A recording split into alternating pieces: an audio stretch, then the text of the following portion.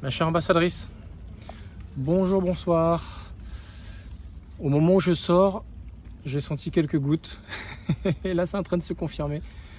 Donc j'en profite le temps que ça se lance, que ça se mette en route, d'essayer de te faire cette dernière loi universelle. Il s'agit de la loi du genre.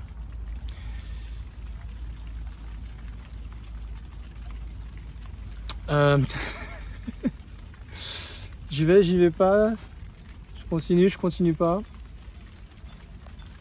Qu'est-ce que cette loi du genre? Eh bien, elle stipule tout simplement que le principe de création de toute chose est basé sur une base masculin et féminin. Un principe masculin, un principe féminin. Et c'est la base de la création. Et tu retrouves ça dans le règne végétal, le règne animal, bien sûr, et le genre humain, bien sûr. Pour que nous puissions procréer, eh bien, il faut qu'il y ait un mâle, une femelle, un homme, une femme. Sans cela, c'est impossible. Et là, je ne parle pas de manipulation génétique, hein. Je te parle véritablement de ce que la nature nous a donné entre les mains pour pouvoir avancer et faire les choses. Pour ce qui est du principe masculin, le masculin représente la virilité, la logique, la raison, la réflexion, le choix. Alors que le principe féminin, c'est plutôt le ressenti, l'intuition, la sensibilité. Et j'ai envie de dire, il n'y a pas un principe au-dessus de l'autre. Hommes et femmes ne sont pas en compétition, en tout cas ne sont pas censés l'être. L'homme et la femme sont censés se compléter.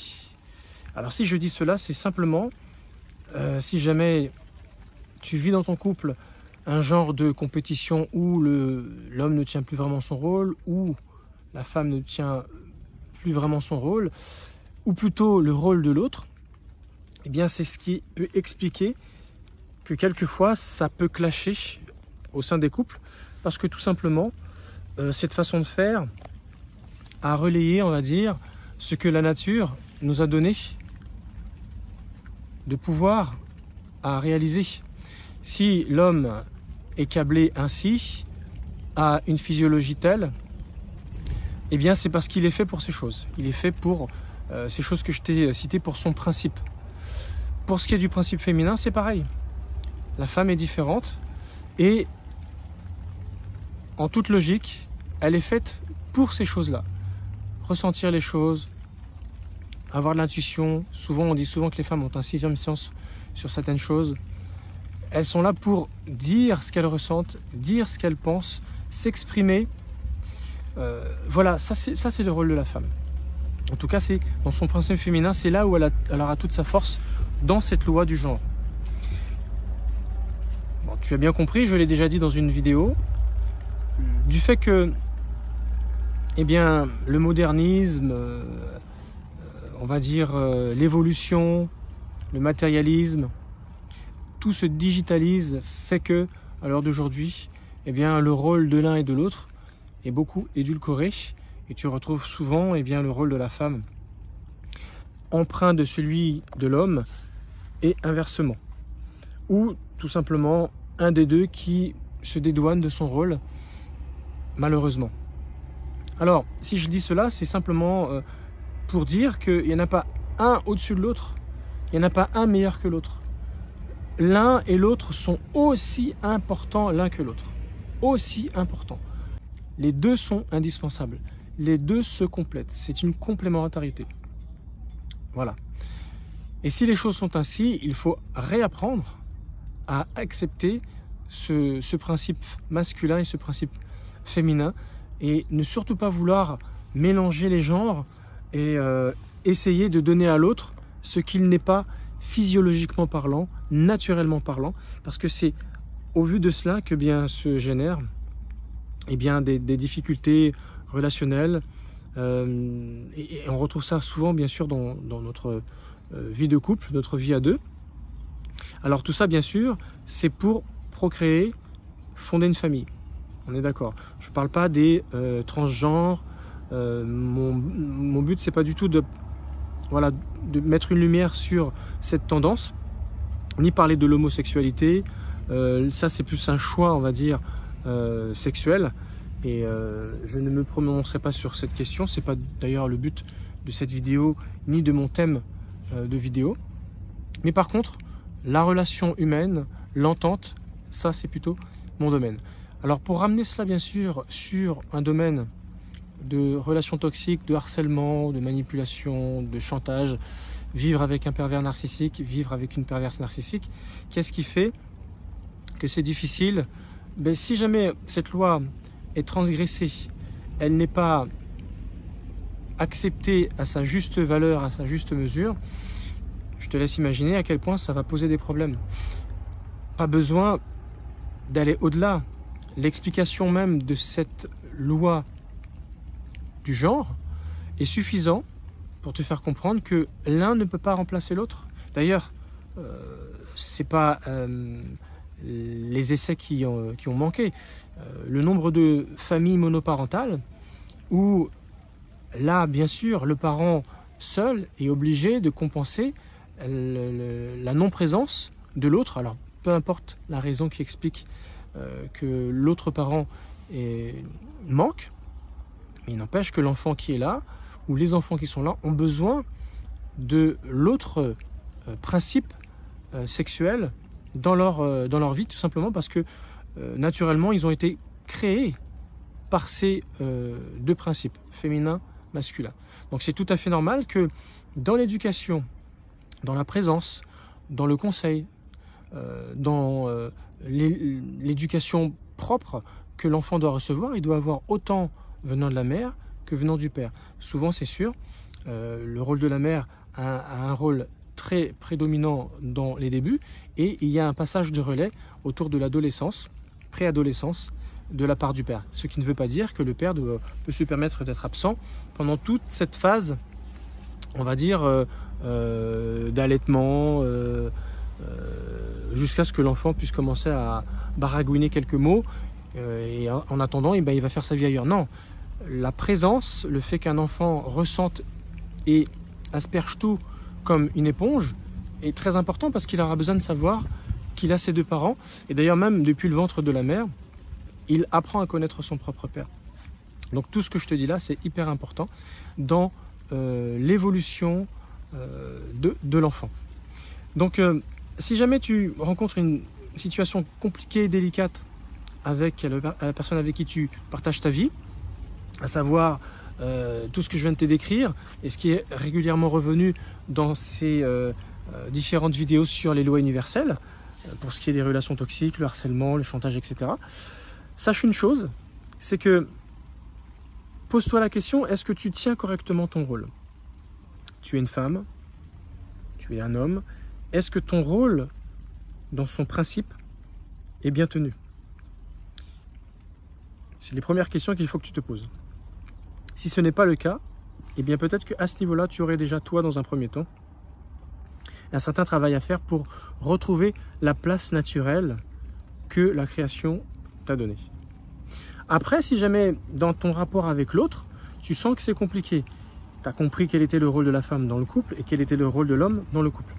L'homme est dans la réflexion, dans la logique. Il a cette tendance à voir au-delà du ressenti, au-delà de ce qui est en face de lui. Il se projette beaucoup plus loin dans le temps, tout simplement parce que l'homme, comme j'ai pu le dire dans une vidéo, est câblé sur le spatio-temporel dans le présent et le futur. Voilà pourquoi souvent il peut prendre des décisions qui ne seront pas comprises par la femme qui est essentiellement tournée vers le passé. Elle se prononce par rapport à quelque chose de vécu, de ressenti, par rapport à des faits, par rapport à du vécu, par rapport à quelque chose qui lui permette de avoir un sentiment sur quelque chose. Mais c'est sur un data passé. Alors que l'homme, il faut absolument qu'il tienne compte du data de sa compagne, de sa femme, pour pouvoir prendre une décision dans le présent et le futur. Si jamais il ne le fait pas, ça va clasher parce que la femme aura l'impression de ne pas être entendue, comprise. Et étant donné que ça fait partie des besoins fondamentaux d'une femme d'être écoutée et comprise, sans jugement, sans interruption. Elle a juste besoin de dire ce qu'elle ressent, ce qu'elle pense. Et pour elle, c'est hyper important de passer par cette phase. Et si on lui enlève, c'est souvent à cause de ça bien que ça peut créer des clashs, ça peut créer des disputes inutiles, parce que l'homme aura eu cette tendance à vouloir trouver une solution rapidement, alors qu'en fait, il aurait dû prendre tout simplement le temps d'écouter sa femme jusqu'au bout. Donc ça, c'est un classique dans les couples, et la plupart du temps, quand on se prend la tête, c'est souvent lié à cet impair qui peut exister au sein des couples. Sitôt que la femme a pu épancher son cœur, je vais me mettre un petit peu plus loin parce que ça commence à tomber un peu plus au niveau voilà, là je pense que je vais être un petit peu mieux. Voilà, je sens un petit peu moins les gouttes tomber, parce que là effectivement il est en train de pleuvoir si tu t'en es pas rendu compte. Je te laisse regarder la surface de l'eau. Voilà, tu sens les petites gouttes. Donc ici je suis un peu plus à l'abri, je suis en dessous d'un amandier. Voilà à quoi ressemblent les amandes. Voilà, c'est très bon. Ce sont de très bonnes amandes. Il faut les faire bouillir. Ensuite, les décortiquer et prendre la noix qui est à l'intérieur. C'est très très bon. Voilà. Bon, je reprends ce que j'étais en train de te dire. Il faut que tout simplement la femme se sente écoutée jusqu'au bout, qu'elle ait vraiment ce sentiment d'avoir été comprise, sans jugement de valeur. Et si on lui donne cela, l'homme, après avoir écouté sa femme, pourra tout simplement choisir une décision, réfléchir, quel choix prendre, qu'il va pouvoir prendre en compte ou pas, le point de vue de sa femme, le ressenti de sa femme, parce que quelquefois c'est vrai, il y a des décisions à prendre où on ne peut pas prendre en compte, en ligne de compte, le ressenti, parce que ce sont des décisions souvent d'ordre, on va dire, vital, où il est question d'une vie ou de mort, et on ne peut pas en prendre en compte le sentiment, le ceci, le cela, parce que sur du long terme, ça peut être dangereux, sans rentrer dans un exemple précis. Et c'est pour cela, toujours par rapport aux différents cerveaux qui existent, cerveau reptilien, limbique et néocortex, l'homme et la femme n'étant pas faits de la même façon, c'est pour cette raison que souvent une femme ne comprendra pas dans l'immédiat le choix qu'un homme pourra prendre, mais un homme a tendance à prendre une décision sur le long terme, pour justement permettre quelque chose de se faire sans générer à nouveau des soucis et des problèmes, plutôt que de prendre une décision et de constamment la changer au fil du temps, parce qu'en fait on aura toujours tenu compte que de l'aspect, on va dire, émotionnel et ressenti, et c'est pas en fait de cette façon qu'un homme a tendance à prendre des choix dans sa vie, mais toujours à regarder au plus loin. Une femme est dotée d'une très très forte intuition, mais par contre l'homme use de beaucoup de perspicacité et de discernement par rapport à une situation dans son évolution dans le temps, pour ne surtout pas qu'elle puisse avoir une influence dramatique par la suite. Voilà. Donc du coup, si jamais tu vis avec la personne qui partage ta vie et elle est perverse, narcissique, et qu'elle a tendance à te faire vivre des moments difficiles tels que tu connais, tels que j'ai pu déjà énoncer, mets-toi toujours dans la peau du principe duquel tu appartiens, homme-femme, use pleinement de ce que tu es censé être dans ton couple, réclame, si jamais les choses ne sont pas faites de la part de ton conjoint, d'essayer de rétablir cette normalité naturelle, parce que tu verras que naturellement ces choses couleront de source, sera beaucoup plus facile pour toi à vivre, parce que simplement tu auras intégré une réalité qui fait partie, on va dire, des besoins et fondamentaux de l'un comme de l'autre, homme et femme.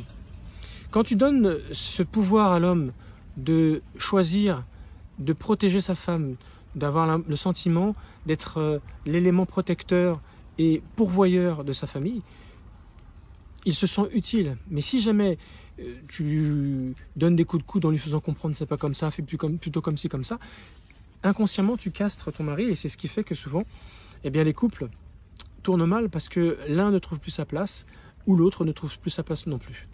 Donc il faut faire très attention. Une femme aura tendance facilement à ne pas hésiter à râler, ou parce qu'il y a des choses qui ne lui conviennent pas, ça fait partie du besoin de la femme. Alors c'est sûr qu'il y a une façon de le faire pour que ça ne soit pas mal pris par l'homme, pour qu'après il ait tendance à vouloir abandonner son rôle, ne plus vouloir le tenir parce qu'il a l'impression que sa femme le juge, ou le rabaisse, ou le castre, sur le plan inconscient émotionnel. Il faut faire très attention en tout cas à la façon dont on peut se dire les choses.